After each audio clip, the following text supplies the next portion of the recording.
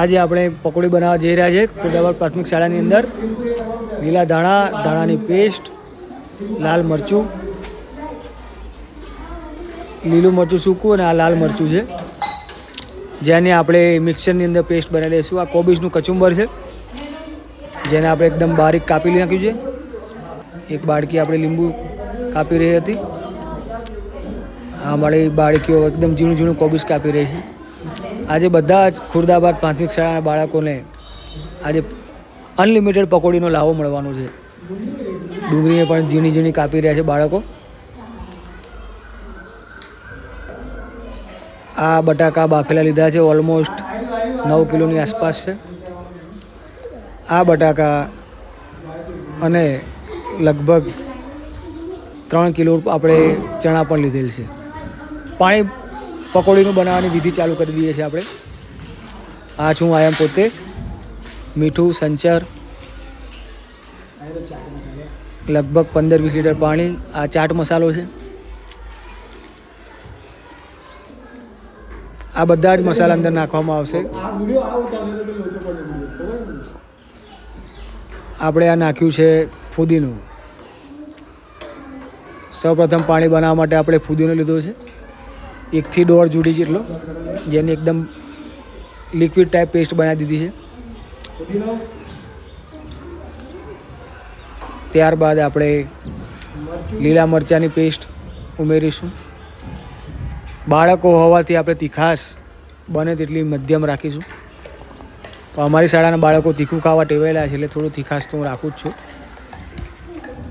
પકોડી આમે તીખી હોય તો જ સારી લાગે મિત્રો.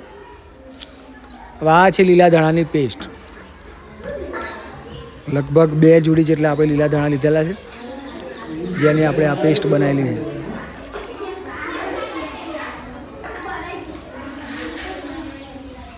હવે આપણે લીંબુનું પાણી અંદર રેડેલું છે, જેથી થોડી ખટાશ આવી રહે. 2 થી 3 ચમચી આપણે સંચર નાખીશું. થોડું મીઠું પણ આપણે ઉમેરીશું, જેથી એનો સ્વાદ કમ્પ્લીટ જળવાઈ રહે. આ પાણીપુરીનો સ્પેશિયલ પાણીનો મસાલો નાખ્યો છે આપણે. કોબીજ બાળકી કાપી રહી, ડુંગળી ઝીણી ઝીણી કપાઈ રહી છે. બટાકા, લીલું મરચું આપણું મિક્સરમાં ક્રશ થઈ ગયેલું છે. આ પાણીપુરીનો મસાલો, થોડો ચાટ મસાલો પણ અંદર ઉમેરી દીધો છે. હવે આપણે પાણી તૈયાર થઈ ગયું છે. હવે આપણે મસાલો બનાવવાની પદ્ધતિ આગળ જઈશું. બટાકા થોડા કાઠા છે, પણ આપણે જેટલા બટાકા છૂંદા એટલા રાખીશું, બાકી ફરીથી બાફવાનો ટ્રાય કરીશું. બટાકા થોડા ગરમ હોવાથી પણ થોડા આપણને મસળવામાં તકલીફ પડી રહી છે. હવે આપણે ચણા અને બટાકાનું મિશ્રણ પ્રોપર થઈ જાય એ રીતે કરીશું. હવે પ્રોપર લીલી ધાણાની ચટણી, લીલું મરચાંની ચટણી, થોડી આ સૂકા મરચાંની પેસ્ટ અને થોડું સંચર નાખ્યું. ત્યારબાદ થોડું મીઠું,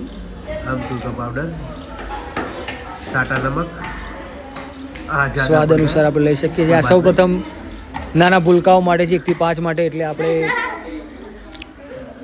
બને એટલું ઓછું તીખું રાખીશું, જેથી કરી. આ ગરમ મસાલો છે, બાળકો ખાઈ શકે એટલા માટે મીડિયમ કક્ષાનું રાખીશું. બહુ તીખું રાખવાથી બાળકો ખાઈ શકે નહીં. હવે તમે જોઈ શકો છો કે આ મિક્સરને ઓતપ્રોત થઈ જાય ત્યાં સુધી ભેગું કરવાનું છે. થોડી ડુંગળી પણ આપણે એડ કરી છે. આ નાના ભટુલિયા માટે 1 થી 4 માટે મસાલો લગભગ રેડી થઈ ગયો છે. જેટલું મિશ્રણ થાય એટલું મિશ્રિત કરવાનું, જેથી ટેસ્ટ સારો આવે.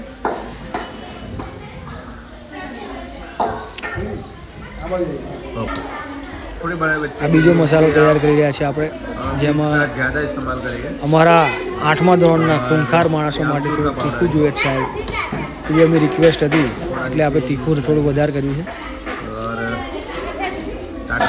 સૂકું મરચું આપણે નાખ્યું છે. થોડું મીઠું પણ આપણે ઉમેરીશું.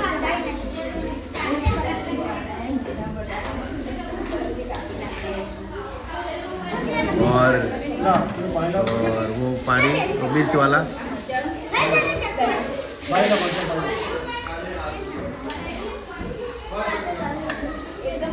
આ લીલા મરચાંની પેસ્ટ છે, એનું પાણી બનાવ્યું છે આપણે, बात है वो તે પણ આપણે ઉમેરીશું. અને और जलाराम થોડો ગરમ મસાલો પણ નાખીશું જલારામનો. जो रोटलो लोट मारे मारा जो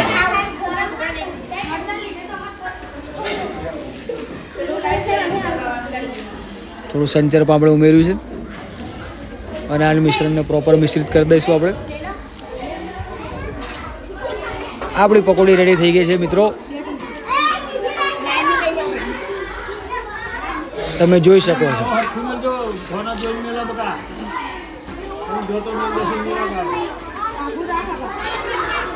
પાણી, ડુંગળી, કોબીજ અને ચણાનું કચુંબર, મસાલો અને પકોડીના ખોખા.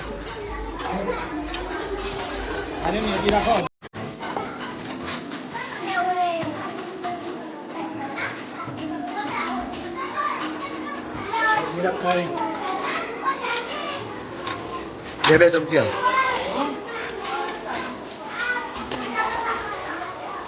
બસ એમ બે ચમચી આલો.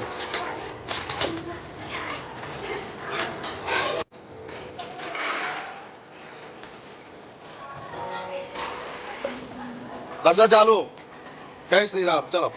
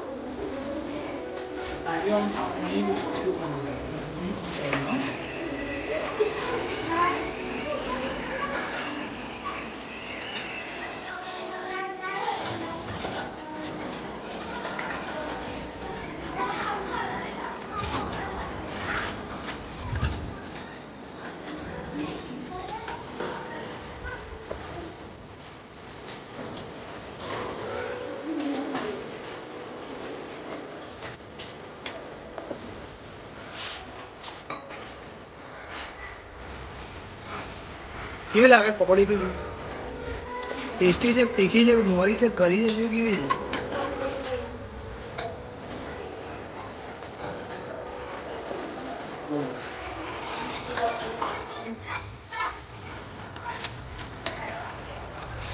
કેવી લે? ખાજે, ખા ખા ખા.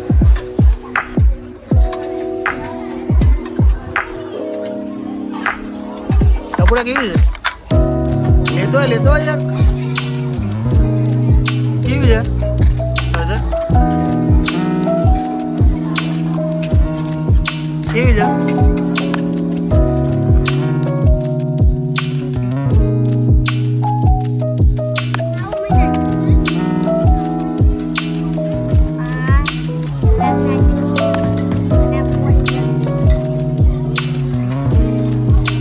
કેવી છે?